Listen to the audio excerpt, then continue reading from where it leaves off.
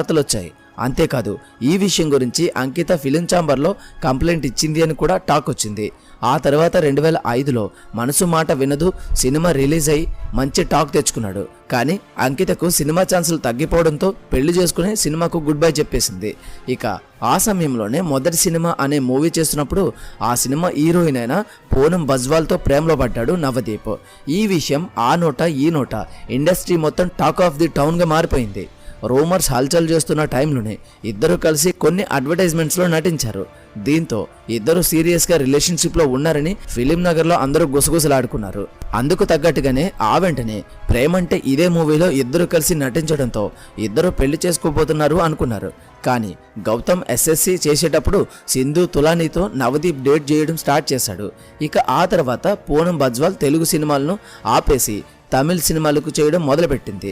ఇలా నవదీప్ చేసిన సినిమాలన్నీ యావరేజ్ టాక్ తెచ్చు